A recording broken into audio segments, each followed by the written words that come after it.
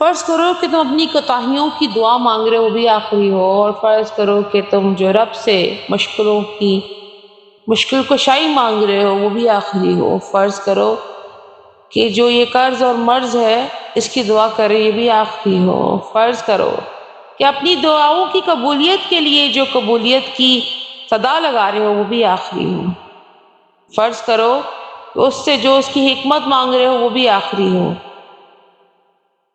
یہ تو ممکن ہے نا کہ اللہ تبارک و تعالیٰ کو کون سی ادا تمہارے اس دعا کرتے پسند آ جائے اور وہ اس فرض کو حکمت ربی ایسا بدلے کہ وہ تمہاری مشکلوں کو اور تمام تر دعاؤں کو قبول فرما لے۔